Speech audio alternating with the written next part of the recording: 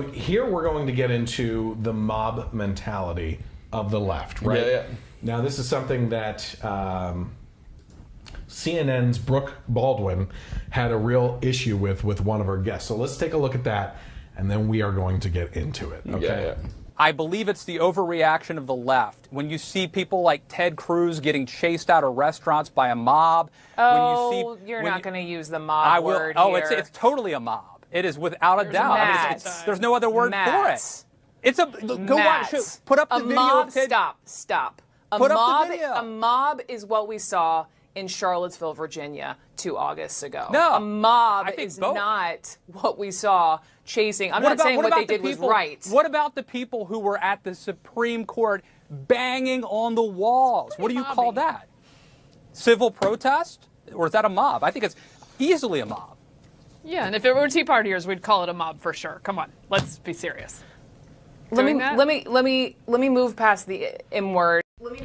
Even she kind of chimed in there, like if it were Tea Partiers, they'd call it a mob for sure. Yeah. And the host is like, You were started talking right before the last thing that she said. Let's move past the M word. Yeah.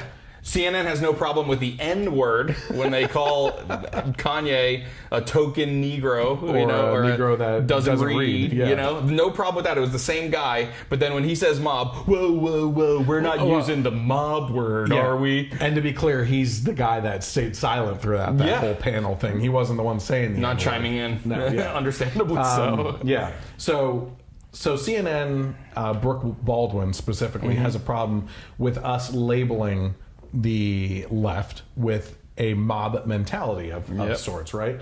So let's take a look just over the recent course of media history, what's been going on. This is Hillary Clinton this week. Do you see any way, even a conservative thing who I was speaking of yesterday said the only way to repair America is to try to get back to some civility and to try to make it that even if we have political disagreements, we're not going to war with each other, we're not trying to destroy each other? Well, certainly I would love to see us return to civility, listening to one another, working out our differences. That is not the Republican Party that exists today, and that is certainly not the administration that we have in power right now. When the Republican Senate denied the right of President Obama to have his nominee for the Supreme Court, Merrick Garland, heard. I think you even wrote that they stole a justice from the Democratic Party. I think they did. I mean, to keep a Supreme Court seat open for a year, to deny a distinguished jurist, they could have voted him down. They could have said, well, for ideological reasons, philosophical reasons, we're not going to vote for him. But no, they stonewalled. And that was such a breach of Senate ethics and the constitutional responsibility of the Senate to advise and consent on nominations, that you cannot be civil with a political party that wants to destroy what you stand for, what you care about. That's why I believe if we are fortunate enough to win back the House and/or the Senate, that's when civility can start again. But until then, the only thing that the Republicans seem to recognize and respect is strength. Before we get into the call of the incivility stuff, we have mentioned the Merrick Garland situation as a pitfall to the Republicans, that they should have held that vote. Yep. You know, different situation though. That was an outgoing president that was appointing someone that the people weren't deciding on.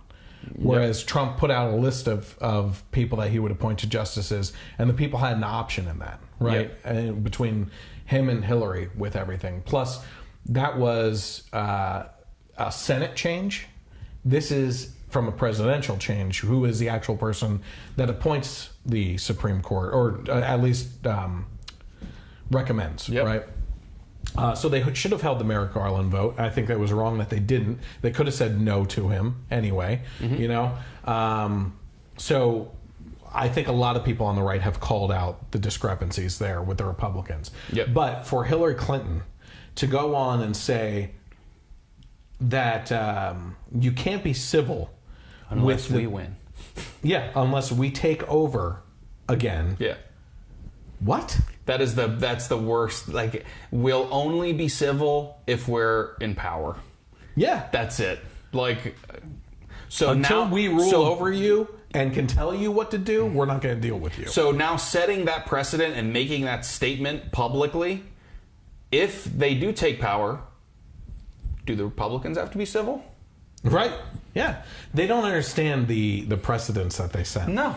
They should have learned from Harry Reid making it a 50 vote, remember? Yep. Like that. Now that gives us the opportunity to do the same thing. Yeah. McConnell said you're going to live to regret that decision. Yep. And now, okay, let's say you do take power back.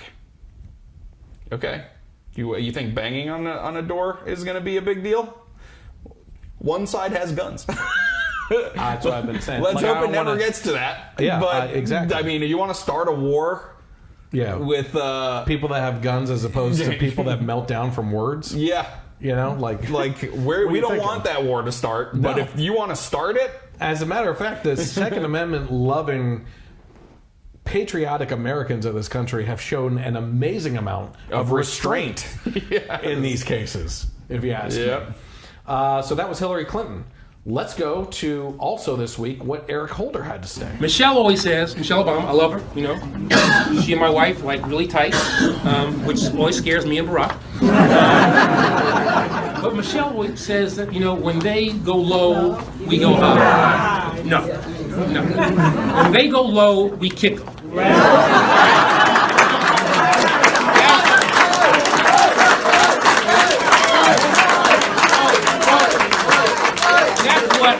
That's what this new Democratic Party is about. Did you hear all the boos when he said that? No. And you know what? Since Michelle Obama said that line, when they go low, we go high, we have pointed out that is the biggest pile of BS ever. Yep. And Eric Holder just admitted it. Yeah. Eric Holder and Hillary Clinton have just put out what we've been saying. It's kind of like the whole thing that the people on the right, especially in conservative radio, have been pointing out for a real long time. We have been calling politicians on the left socialists. Yeah. And they're like, what are you talking, like this talk of you calling us socialists? We're not socialists, we're Democrats, we're liberals. Yep. And it's gotten to the point where now they're like, yeah, we're socialists. Yep. Alexandria Ocasio-Cortez, we need socialism. Yep. Bernie Sanders, we need socialism. Jim Carrey. Yeah. I mean, it's like, it's ridiculous. Now they've taken what we've been saying about them, and after fighting for so long, they're like, yeah, you know, cards on the table, we're socialists. We think that we should be able to kick anyone's ass that disagrees with us, and there's no point in us being civil until we're back in power. Yeah. That's what they are saying to everyone in the country right now. And one point I forgot to mention in regards to Hillary Clinton is she has literally taken the stance of dividing this nation across a line, and is saying that the other side of the political aisle is the enemy. Is the enemy, right? Yep. Because in a situation where we would say let's take the conservative stance, right? The only time I can see a conservative politician saying to someone, we are not going to be civil with them until we are in power and because of their stances and everything, would be something like Hitler, right? How can you be civil with another nation that is decimating people in ovens, right? And putting them into concentration camps and moving their way across Europe and destroying countries in a power struggle, right? Where there's no democratic process of elections and stuff like that too. Right. Like the one thing about our country also is if your side doesn't win, you got to stick it out for 2 to 4 years, and then vote again. Yeah. There's always like, when they like talk about Trump being like this dictator, and he said that it would be great if he could stay president or whatever, like joking about whatever. That will never happen, and I feel like they have a fear that it actually will happen. Yeah, I want to get back to that because I was making a point here. Yep. The way we would talk about Hitler is the way Hillary is talking about half of her own country. Yeah. Her own citizens. Deplorables. Right? Yeah. So we have taken this enemy mentality of another nation and they have applied it to their own citizens. Yep. Right? That we have people in this country that are enemies of our plan until we're in power again. right? And have control over them and can put the oppressive thumb of government on them, right? To your point, I don't know who just said it recently. It was a panel of people I was listening to, and you're absolutely right. The Constitution, right? The 3 branches of power are set up specifically so you don't ever have to worry about a tyrannical government taking over. There are stop gaps there in place for balances of power so it never gets to that. So even when we were at our worst feeling with the Affordable Care Act and everything else, all these oppressive government things coming down, we never took our eyes off of the next election. Yeah, and even when you're at a point where all 3 branches are controlled by the same party, they're still, okay, they have that power, but only until the next election. Yes. It's our system is set up so brilliantly. Yes. Which includes the Electoral College, Ocasio-Cortez. Yeah, and idiot. Yeah. So it's unbelievable how it's set up. But I think the way that Hillary and Eric Holder and all the leftists talking right now is they are trying to portray it like those balances aren't in place and that you should be afraid, that we do need to be impeaching Trump just because your feelings are hurt. Or Kavanaugh's going to be impeached after whatever. Yeah. It's ridiculous. Yeah, it's crazy. And, it almost feels like, I feel like this progressive, far left wave has kind of always been there. But Trump was the perfect Republican to win for them to come out. You know what I mean? Yep. They have something to fight against now because he is so unpolished. And my dad's a Trump supporter, but he'll be the first one to say that. A bunch of the stuff he says in speeches or at rallies just makes you go why do you say it or say it like that? Yeah. My dad came out against what he said about Dr. Blasey Ford at the one rally. Yes. And my response to that was, there was nothing wrong with what he said. What he said was factual, but how he said it and the fact that he was even the one saying it at all was a mistake. If it were me, because that is still a message that the country needed to hear. I didn't know how I got home. I didn't know how this, but how much easier would it have been if it was Kellyanne Conway saying it or Sarah Sanders saying it, in a normal speech, not at a pep rally that he always has. Another example?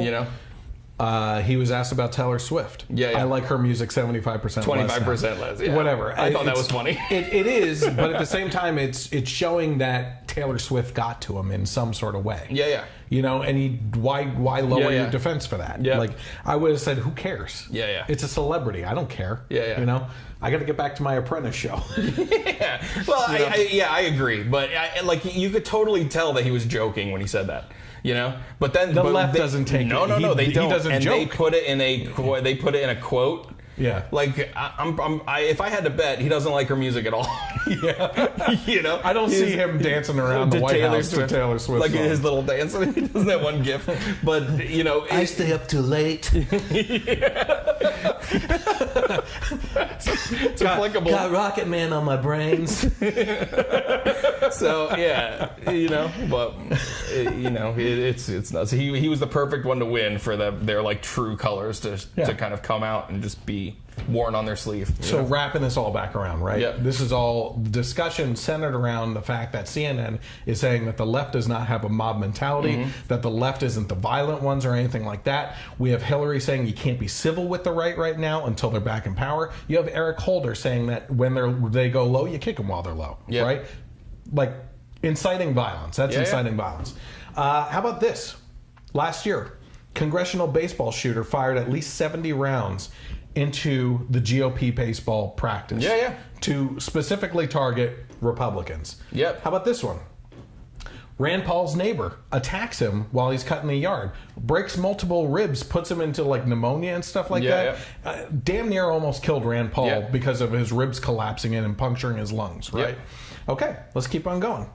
How about this one? Democratic aide arrested for doxing Republican senators during the Kavanaugh hearing. Okay, this is according to the Daily Wire here. It says on Thursday, U.S. Capitol Police arrested the suspect they believe revealed the personal information of Republican senators during the Senate Judiciary Committee hearing for Christine Blasey Ford and Brett Kavanaugh last week. The suspect, Jackson Costco, 27, he has been charged with making public restricted information that's personal, witness tampering, threats in interstate communications, unauthorized access to a government computer, identity theft and second-degree burglary, and unlawful entry. What did he do? What is doxing? That's like revealing someone's personal information out on the internet, like kind of exposing someone. What kind of information? Digital information? Or home address, phone number. Yeah. Right? So because of Republican senators supporting Brett Kavanaugh for confirmation and everything, and they handled Blasey Ford with kid gloves, and rightfully so. Okay. Because the truth, the only two people that know the truth still are Ford and Kavanaugh. And those, it's not his truth, it's not her truth, it's the truth. Right? But they're saying their truths. So who do you believe? Right? I saw a thing on, I think it was on The View actually, where Sonny was saying that the woman's testimony is evidence. Like when you testify under oath. So what's his? That is evidence, right? And I believe that, like, because when you're in a court and you're in a jury, like the under oath testimony is evidence, you know. Yeah. And I guess there were laws passed that a woman's word is enough, you know, as evidence. But even taking that into consideration, which you should, right? Yes. The fact that there are so many inconsistencies in her testimony, the biggest being that the three people that she herself said were there or knew about this incident, not one of them could confirm it. One of them even actually refuted it. Yeah. So that's huge. So now when you're taking one person's testimony, which is admissible evidence, and another person's testimony, which is admissible evidence, one is saying 100% didn't do it, another is saying is 100% did do it. So the only way you can make a decision is based on everything in between. Yes. And everything in between did not line up to ruin this guy's life. I hate to cut you off. Save that conversation because we are going to be talking about Brett Kavanaugh as the main topic. Well, in this case here, what we're talking about, though, is that someone on the Democratic aid side released information, personal information, address information of senators that were supporting Brett Kavanaugh. So that, why would you release that information? Yep. Tell me. Say it again one more time. Why would I've been thinking about how I have to go to the bathroom. Why would someone release information of a senator's address or anything to the public? Oh, because to get the responses out of the public that they've been getting. To get them harassed. Yeah, right? Find them in the streets when they're pumping gas, when they go to restaurants and get up in their faces and blah, blah, blah, blah, blah. Everything Maxine Waters and Cory Booker said a few weeks ago. Absolutely. It's what they want. Yeah. It's what they want. Let's keep on going. How about this? Envelopes were sent to Mattis and the Navy chief tests for positive for ricin. Yep. Right? And I think they were sent to a couple other people too. So ricin, a highly toxic substance that will kill you, was sent in an envelope to General Mattis, appointed by Trump, and multiple other people. I think it was even sent to Ted Cruz's office or something like that. Okay, let's keep on going. How about Senator Cory Gardner's wife allegedly received a beheading video prior to the Kavanaugh vote? Jamie Gardner, wife of Senator Cory Gardner, Republican of Colorado, allegedly received a graphic text message with a video depicting a beheading during the Kavanaugh controversy over the weekend. Additionally, someone allegedly doxed several members of Gardner's family, releasing their address. So he was one of the victims of that. The Daily Wire spoke with Cassie Contras, press secretary to Senator Gardner, who said that the U.S. Capitol Police are aware and are involved. And when asked when exactly a message was sent, Contras replied the text was sent Friday evening after the procedural vote, before the vote for the final passage. So now the senators' family members are receiving threats and beheading videos. I mean, that's a pretty clear threat. How about this one? Portland, Oregon is on freaking fire and has been for a while, okay? Let's take a look at Antifa out there directing traffic for apparently no reason. Just go that way. Because I told you to. Really? Mm-hmm. Don't hurt me. Brother. Just go. Yeah, you little white little. Really? No. Yeah. You're a little whitey, aren't you? The First Amendment. Get the fuck down the road. Please just keep going the direction. Just please turn right. Go the direction I asked. Let's turn right. Please, you're blocking traffic and they're getting pissed at you. We're blocking traffic. You can turn. You can just turn. Just go. Just go. Just turn, please. Please just Now keep you're going to have to going. wait. She's got cars coming. Oh. What are we doing here? Oh, you're from South Carolina. You are a little white supremacist. North Carolina, huh?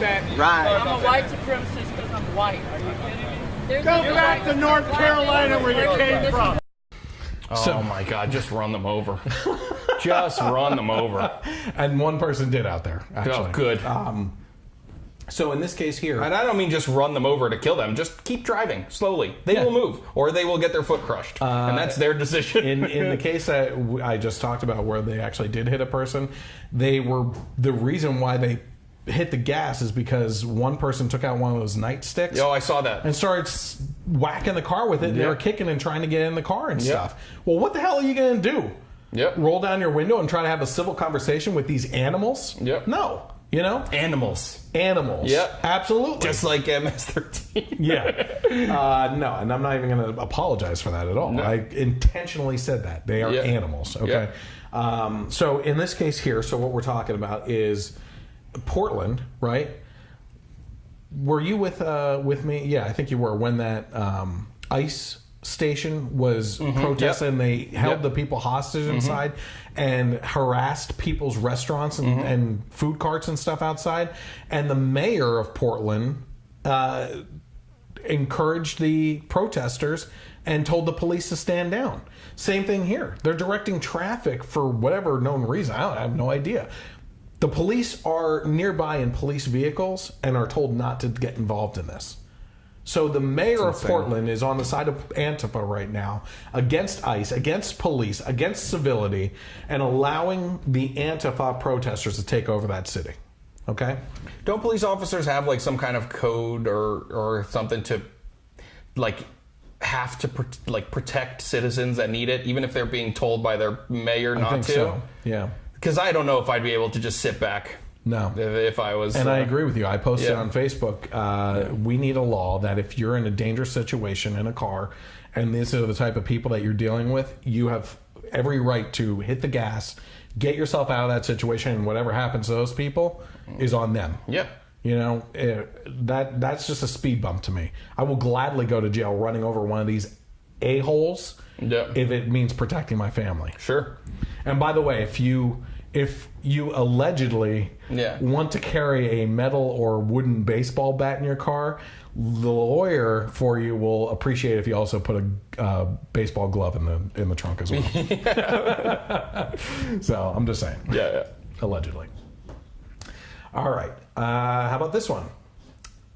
There was a protest, I believe, on the street corner in regards to women's right to abort or not, and a pro-life person got involved and was filming the protesters that were pro-choice and had a little bit of a confrontation, but it was just a matter of talking on her end, the civil side. Yeah. And here's what happened. Well, I even heard too that and I don't know if it's true, but I heard that she was a pregnant woman.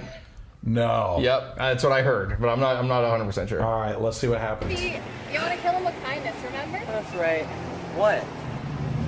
They actually have people filming you the whole time.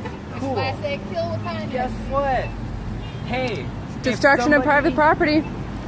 It's against the law. Somebody gets raped by somebody and they're like, I'm a 16-year-old and I can't have this baby. Think you should keep it? It's a baby. Yeah. If someone is raped and she gave birth and she decided to kill her 3-year-old child. I meant to get your phone. Someone call the cops. Meant to get your phone. Do not touch me. Someone call the cops. I'm Okay. It doesn't say anything about her being pregnant, so we'll correct that. Okay, so this guy, by the way, not like on spur of the moment, he does the whole like kind of gangly, obviously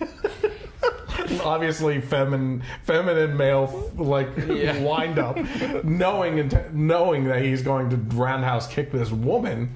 And oh my gosh, I meant to kick your phone. That's the best. I meant to kick your phone. I'm sure he probably did. You fail at that even. Yeah. I think he did. I'm sure he did. Terrible. But you hit a woman. Yep. You kicked a woman. In the end, yep. You know, it doesn't matter what you intend to do. You know? Yep. So, okay. That's another example of the left and their violence and everything. How about this one? This actually happened. The police arrived, rolled down their window but didn't exit the vehicle. She approached them and said she was assaulted, explained the situation, showed the video, and they replied, "What do you want us to do about it?" Arrest them? Yeah.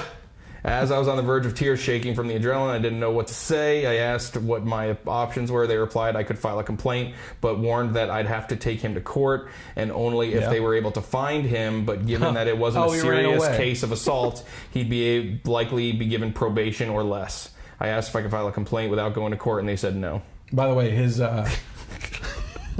is his tongue out? Yes. It looks like a goat. Yeah. By the way, his workplace saw the video and fired him. Oh, there's that. Guess where it was? Where? Starbucks. No. It was a hair salon. Thanks, Ron. She says, this sort of assault is neither a single nor rare occurrence. No, of course it's not. Yeah. And that's also to go and say, not to be completely hypocritical, that there are crazy... She's cute. Yeah, she is attractive. Yep.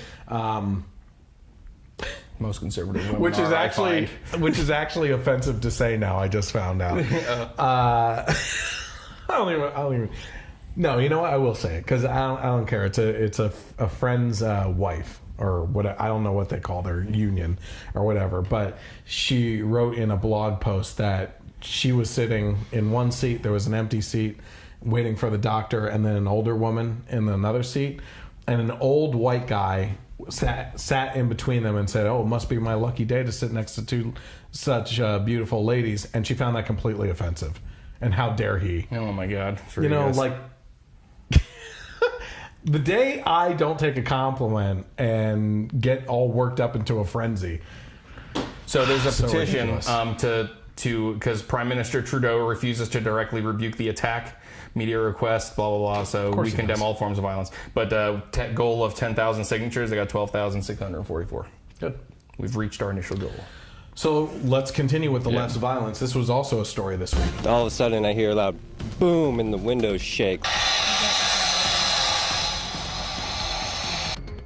A truck set on fire explodes, leaving behind ashes and an anti-Trump message. So that was a quick snippet of the news story and everything, but essentially what this guy did was he got drunk at a bar, parked his truck under the light so no one would mess with it. He had Trump stickers on it, Trump 2020. He never voted for Trump, okay? He put it on there as a joke. Gets an Uber because he was too drunk to drive, so he's a responsible guy, even when he's drunk. Comes back the next day, and his truck was set on fire, and you would think, okay, well, it could be random, right? Yeah. Trump was spray painted across the side of his truck. Oh, okay. So this is, again, another example of the civility of the left, right? Let's keep going. I'm not done with these people. U.S. Senator Bill Cassidy of, or maybe he's a doctor. It says... He tweeted out, at a time when Republicans are being shot, stabbed, doxxed, beaten, mailed powder, run out of restaurants like Ted Cruz was, and sent death threats, Hillary Clinton urges Democrats to be even more uncivil. What an irresponsible statement every Democrat should denounce. All that to say, thank you. Thank you, those of you on the left that are in Antifa. Thank you, Hillary. Thank you, Eric Holder. Thank you, Maxine Waters.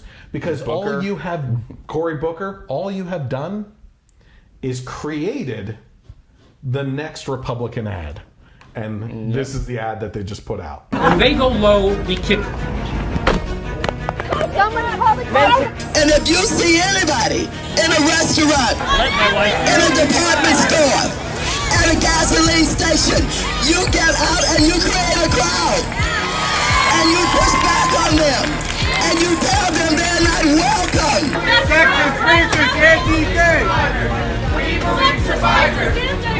I just don't even know why there aren't uprisings all over the country. Maybe there will be.